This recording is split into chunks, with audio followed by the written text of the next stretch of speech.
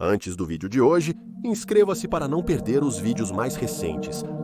Se você quer ver um caso ou tópico abordado pelo Paranormally Listed, então vá para criminallylisted.com e preencha o questionário na aba Sugerir um caso. 3. Trilha 61. Se você estiver em Manhattan e se encontrar passeando pelo Hotel Waldorf Astoria na East 49th Street, olhe para baixo quando passar pela grade da calçada. Porque você pode apenas vislumbrar um dos maiores segredos do governo durante a década de 40. Mas antes disso, um pouco sobre o próprio Waldorf Astoria. Construído entre 1929 e 1931, o hotel era um bastião para os refugiados da Era Dourada durante os sujos anos 30 da cidade. Foi um dos meia dúzia de hotéis opulentos construídos durante este período e atendia aos bem-nascidos não apenas de Nova York, mas de todo o mundo. O presidente dos Estados Unidos da América, Herbert Hoover, foi um dos primeiros hóspedes, e a suíte presidencial do hotel tem sido uma segunda casa para todos os presidentes em exercício desde então. O Waldorf é a parada presidencial favorita do Serviço Secreto dos Estados Unidos da América, não apenas pela seclusão bloqueada dentro do plano de ruas em grade de Manhattan e o grandioso salão de baile de 3 níveis com áreas secretas de observação para hotel segurança. Mas também pelo que os hóspedes do hotel não veem, o porão. Na verdade, chamar o complexo subterrâneo abaixo do local de um porão é como chamar a Área 51 de aeroporto. Não faz jus à realidade. Isso porque, com as permissões adequadas, uma pessoa que saísse do elevador secreto, levada muito abaixo da rua 49, encontraria uma enorme instalação semelhante a um bunker. A área não só abriga os enormes cofres do hotel para proteger seus estoques de talheres e louças de ouro, mas também se conecta ao resto da cidade com sua própria rede ferroviária clandestina. O destino para esta área é a Via 61, um desvio que se ramifica do serviço de metrô de Nova York. Ele disse que está conectado não apenas à Grand Central Station, mas também ao aeroporto John F. Kennedy. Também se acredita que esteja preparado para emergências com carros de trem leves abastecidos para serem usados por VIPs em fuga no caso de uma falha de energia. Segundo a história, o presidente Franklin Roosevelt gostava de usar a estação de trem subterrânea para entrar e sair do hotel, sem ter que ser visto em sua cadeira de rodas. Acometido pela poliomielite quando jovem, Franklin Delano Roosevelt cautelosamente escondia sua condição do público. Parece que funcionou, porque esse público elegeu Roosevelt para 4 mandatos como presidente. Até recentemente, parado na pista 60 e um abaixo do hotel, dizia-se que estava o vagão blindado, privado de Franklin Delano Roosevelt, capaz de ser carregado com sua própria limusine para usar enquanto estivesse em Manhattan. Ainda há muitos segredos sobre a ferrovia secreta do Waldorf e seu exclusivo elevador, com carpete vermelho do penthouse até a pista. No passado, um funcionário do metrô de Nova York oferecia tours da área para alguns membros da mídia. Mas uma demissão repentina em 2017 por conduzir tais tours pôs fim a este acesso. O vagão de trem de Franklin Delano Roosevelt, inutilizado por mais de 60 anos, foi transportado para um museu ferroviário em Connecticut em 2019. Atualmente, não se sabe se o sistema subterrâneo de trilhos ainda é utilizado pelos presidentes em exercício para se locomoverem secretamente por Nova York. Mas, dado que o atual presidente Biden famosamente costuma falar de sua afeição por viagens de trem, talvez uma olhada pelos portões da Rua 49 possa oferecer um vislumbre do comandante em chefe também. Número 2. Monte Weather. É um ponto de trama familiar para os fãs de filmes de desastre. É o Armagedon. Um meteoro desgovernado, um ataque nuclear ou uma invasão alienígena. Escolha. O presidente americano é levado às pressas para um local seguro para manter o governo do país vivo. Mas há vários lugares para onde ele ou ela pode ser levado. Há a instalação da montanha Raven Rock, perto de Camp David, em Lillington, Carolina do Norte. Há o complexo da montanha Cheney, no Colorado. Há até o posto de operações de emergência presidencial, o centro de operações de emergência presidencial, sob o gramado frontal da Casa Branca. Mas enquanto o líder do país tem meia dúzia de locais onde pode se abrigar, o que acontece com as centenas de outros chefes e subchefes de Estado?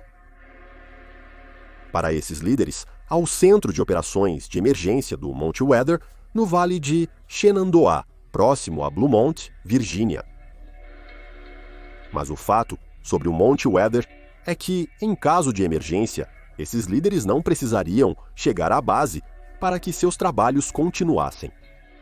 Porque a instalação subterrânea já abriga dezenas de civis que são qualificados e treinados para assumir esses trabalhos caso a necessidade surja. Essas centenas de potenciais secretários de trabalho, Estado, transporte, tesouro, etc., no entanto, não estão enfiados em uma mina escura esperando pelo fim do mundo. Mas sim, sua casa em um amplo local, similar a uma cidade, com hospital, cafeteria e estação de televisão, com ruas e calçadas, um metrô funcional, dormitórios semelhantes a cabanas, prédios de escritórios, delegacias e bombeiros, e uma usina de geração de eletricidade. Há até mesmo um enorme lago subterrâneo escavado na rocha sólida, que é capaz de fornecer água fresca para 2 tanques de 1/4 milhão de galões. Dado seu escopo, não é difícil entender que o Mount Weather existe há muito, muito tempo. A 1 hora de carro de distrito de Colômbia, o local foi projetado e construído no início dos anos 1950, no começo da Guerra Fria. Disse que o presidente Eisenhower e seu gabinete eram visitantes frequentes naquela época durante os exercícios de abrigo nuclear. Embora nunca tenha sido oficial naquela época, havia rumores de sua existência. O romance de 1957, 7 Dias em Maio, surpreendeu alguns oficiais com sua referência velada a uma base secreta do governo chamada Monte Trovão, mas nada foi confirmado. Mais tarde, sob Kennedy, após os eventos da crise dos mísseis cubanos de 1961, acreditava-se que havia sido expandida e atualizada.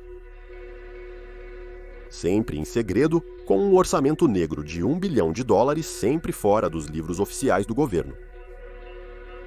Sua existência era conhecida apenas pelos sussurros dos insiders de Washington. Isso foi até 1º de dezembro de 1974. Nesse dia, o voo 514 da TWA caiu nos Apalaches e a existência da extensão da instalação do Monte Weather foi exposta ao público. Acredita-se que o vice-presidente Dick Cheney tenha se abrigado lá após os ataques terroristas de 11 de setembro. Hoje, com sua cobertura clandestina exposta, a área de 561 acres acima do solo abriga esperançosamente o Centro de Operações da Agência Federal de Gerenciamento de Emergências, Agência Federal de Gerenciamento de Emergências. No entanto, não é como se você pudesse simplesmente passear e visitar na próxima vez que estiver dirigindo pelo condado de Falkirk, Virgínia. O Monte Weather permanece hoje como um dos locais mais seguros dos Estados Unidos.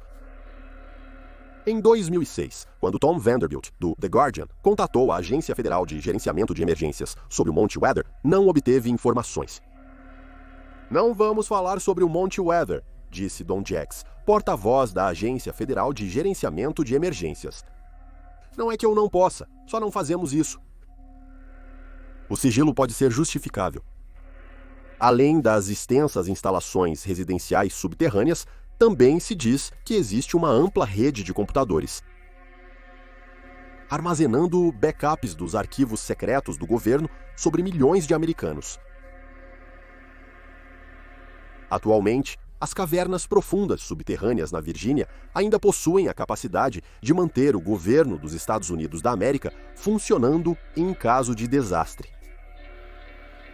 E agora, existem cerca de 6.500 cidadãos dos Estados Unidos da América andando por aí com um cartão especial que lhes dá acesso ao Mount Weather em caso de emergência. A instalação foi projetada para ser um backup para o Capitólio dos Estados Unidos da América, com os corredores do poder esculpidos em pedra sólida. Hangar 18. Quem acompanha este canal certamente já ouviu falar do incidente de Roswell. Em julho de 1947, acreditava-se que um objeto voador não identificado havia caído no deserto do Novo México. Supõe-se que o governo dos Estados Unidos da América tenha recolhido a nave espacial caída e seus ocupantes alienígenas, levando-os para um local secreto para estudos adicionais. Mas, contrariamente à crença popular, o disco voador e seus ETs não foram levados para a famosa Área 51 de Nevada. Em vez disso, eles foram levados ao Hangar 18. Não no deserto, mas para um armazém especial, seguro e secreto, nos terrenos da base aérea de Wright-Patterson, em Dane, Ohio. Wright Field, como era chamado na época do acidente, era um centro de atividade militar pós-guerra. Mas o principal era que a base abrigava os escritórios da Divisão de Tecnologia Avançada. Um dos seus principais objetivos secretos era fazer a engenharia reversa de destroços de aviões e armas inimigas. Em 1951, a divisão fazia grandes avanços na dissecção de destroços de aeronaves soviéticas acidentadas durante a Guerra da Coreia. Acredita-se que seja o lugar perfeito para fazer a engenharia reversa da tecnologia alienígena. Afinal, o que seria mais avançado que destroços de uma nave espacial alienígena? É interessante notar que apenas 12 anos após o incidente de Roswell, as Forças Armadas dos Estados Unidos da América revelaram que trabalhavam com os canadenses no Avrocar. Um veículo similar a um disco voador era esperado para dar vantagem na Guerra Fria. O Silverbug, como era conhecido, nunca voou conforme o esperado pelos generais e foi descartado em 1962. Mas alguns pesquisadores acreditam que este Avrocar foi um resultado direto da tecnologia passageira dos cientistas de Wright-Patterson de locais de acidentes de OVNIs como Roswell, Aztec e Kecksburg. Mas e quanto aos ocupantes da nave interplanetária? Dado que Wright-Patterson está no negócio de estudo científico, acredita-se que suas instalações criogênicas seriam o lugar perfeito para manter quaisquer ETs caídos congelados. Afinal, os laboratórios da base abrigam animais terrestres moderados usados para fins de teste, então é provável que um biocongelador industrial estivesse entre as instalações na base. Nos anos seguintes, disse que o Hangar 18 se transformou menos em uma garagem de aviões e mais em um terminal subterrâneo conectado por um elaborado labirinto de túneis. Pesquisadores indicam o prédio 23 da base como possível localização do anexo secreto do governo para estudo de alienígenas. Embora o próprio prédio seja relativamente pequeno, Acredita-se que abaixo dele se espalham oficinas, laboratórios e cofres onde, ainda hoje, o governo está escondendo a existência de OVNIs. O capitão aposentado da Força Aérea, Robert Collins, que estudou os esquemas da base, acredita que no início dos anos 50, a base recebeu uma nave alienígena recuperada de um local de acidente. Engenheiros cavaram e colocaram a nave abaixo do solo, e então construíram o edifício 23 sobre o armazém subterrâneo.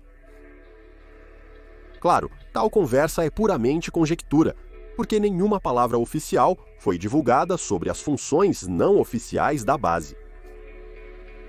Contudo, nos últimos 75 anos, alguns dos milhares de funcionários da base relataram publicamente eventos estranhos que presenciaram em Wright-Patterson, principalmente após supostos acidentes com OVNIs em 1947, 1953 e 1957. De acordo com o ufólogo Lane Stringfield, uma dessas testemunhas foi um ex-oficial de inteligência naval que lhe disse que realmente viu alienígenas mortos chegarem à base. "Eu vi os corpos alienígenas em Wright-Patterson", disse o homem. "Eu estava no lugar certo, na hora certa, quando as caixas chegaram à noite, por DC-7. Durante anos, pesquisadores ficaram frustrados com a relutância das testemunhas em registrar seus depoimentos. Isso até 1997, quando June Crane se apresentou. Crane era uma secretária com autorização de segurança de alto nível, pois digitava documentos classificados. Ela disse que a Força Aérea sabia de pelo menos 3 quedas de OVNIs antes de 1952. Ela presenciou o transporte dos corpos das vítimas do acidente para Wright-Patterson. Ela então descreveu os corpos como de cor azul esverdeada e com cerca de 4 pés de altura. Eles não eram humanos e estavam mortos, e eles os levaram para a base da Força Aérea de Wright-Patterson e os colocaram no congelador, disse Crane. Ainda assim, há também testemunhos de testemunhas confiáveis sobre o que eles não viram, que também adiciona ao mistério. Em 1975, o ex-general da Força Aérea, líder republicano e senador Barry Goldwater declarou publicamente que durante sua candidatura à presidência em 1964, ele entrou em contato com a Força Aérea para obter acesso aos catacumbas secretas sob Ray Patterson. Goldwater pediu informalmente a seu amigo, o general Curtis LeMay. Mas de acordo com Goldwater, deixe-me voltar atrás. Você não só não pode entrar, como nunca mais mencione isso para mim novamente. Até mesmo o lendário diretor do Federal Bureau of Investigation, J. Edgar Hoover, foi rejeitado após solicitar uma visita à base no final dos anos 40.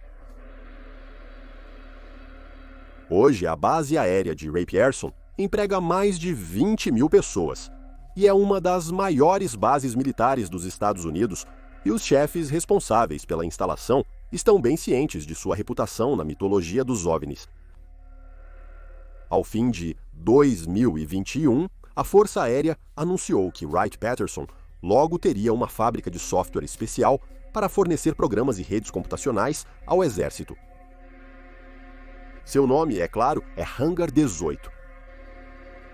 Visitantes credenciados são bem-vindos para conferir os escritórios, talvez desde que não peçam para ver o porão. Agradecemos por assistir e esperamos que tenha gostado. Se você achou interessante, por favor, certifique-se de se inscrever. Teremos um novo vídeo sobre o paranormal toda semana. Se você acabou de descobrir este canal, confira também o nosso outro canal, Criminally Listed. Temos mais de 325 vídeos apresentando histórias de crimes estranhos, mas verdadeiros. Você pode encontrá-lo em youtube.com/criminallylisted. Também temos um podcast sobre casos não resolvidos que foram solucionados, chamado Criminally Listed apresenta Into the Killing. Você pode encontrá-lo no Stitcher, Spotify, Amazon Music e onde mais houver ótimos podcasts. É isso por hoje. Obrigado por assistir.